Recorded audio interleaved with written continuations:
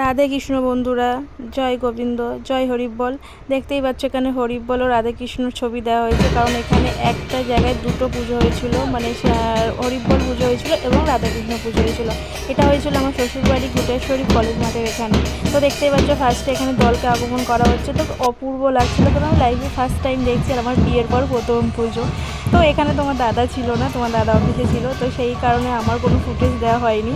তো আমি যারা যারা দলকে আগমন করছিল তাদের ফুটেজ অল্প অল্প করে তুলেছি। আর আমি যখন নিয়ে আসছিলাম দলকে মাথায় তুলো করে বরণ করে, বাট সেই সময় আমার কেউ ফুটেজ তোলার ছিল না, তাই আমি তুলতে পারিনি। তো দেখতেই পাচ্ছ এখানে সবাই মিলে দলকে নিয়ে যাচ্ছে মাথায় তুলো করে, এবং এইভাবেই ঠিক দলকে আগমন করা, এবং প্রত্যেকটা দলকে এইভাবেই ঠিক বরণ করে নিয়ে আসা হয়।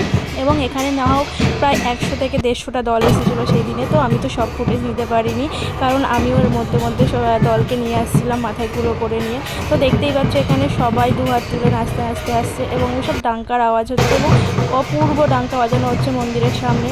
তো এই দৃশ্য কোনোদিন বলা যাবে না, কারণ আমি ফার্স্ট টাইম প্রথম দেখছি আমার বিয়ের পরে। আমি কোনোদিন দেখিনি, কারণ আমরা কৃষ্ণ মতে, তো আমি সেই কারণেই হরিবল মতে মানে মাতুয়া সম্প্রদায় ফার্স্ট টাইম দেখছি। তো দেখতেই পাচ্ছ এখানে দলের আগমন হয়েছে, এবং তার পরের দিন ছিল আমাদের এখানে কৃষ্ণ পুজো, মানে রাধে গোবিন্দর পুজো। তো সেই পদাবলী কীর্তন হচ্ছিল। তো আমি অল্প ফুটেজ নিয়েছি, কারণ এখানে 7 দিন ধরে কীর্তন হয়েছিল। তো 7 দিন আমি কম বেশি গিয়েছি, তো প্রতিদিন ফুটেজ নেওয়ার টাইম পাইনি, তো সেই কারণে নিতে পারিনি। তো দেখতেই পাচ্ছ এখানে পদাবলী কীর্তন হচ্ছে, আর এখানে অপূর্ব দৃশ্য, মানে সবাই একমতে এক ধ্যানে দেখে যাচ্ছে কীর্তন।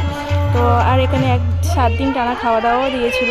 তো যদি তোমরা পরের বছর এই পুজোটা অ্যাটেন্ড করতে যাও, অবশ্যই আমাদের পুজোতে চলে এসো ঘুটেশ্বরী কলেজ মাঠের এখানে, সবাই বললে দেখিয়ে দেবে। আর যদি আমার ভিডিওটা ভালো লেগে থাকে অবশ্যই লাইক কমেন্ট শেয়ার করবেন, আমার চ্যানেলটাকে সাবস্ক্রাইব করে দেবেন। জয় রাধে গোবিন্দ, জয় হরিবল।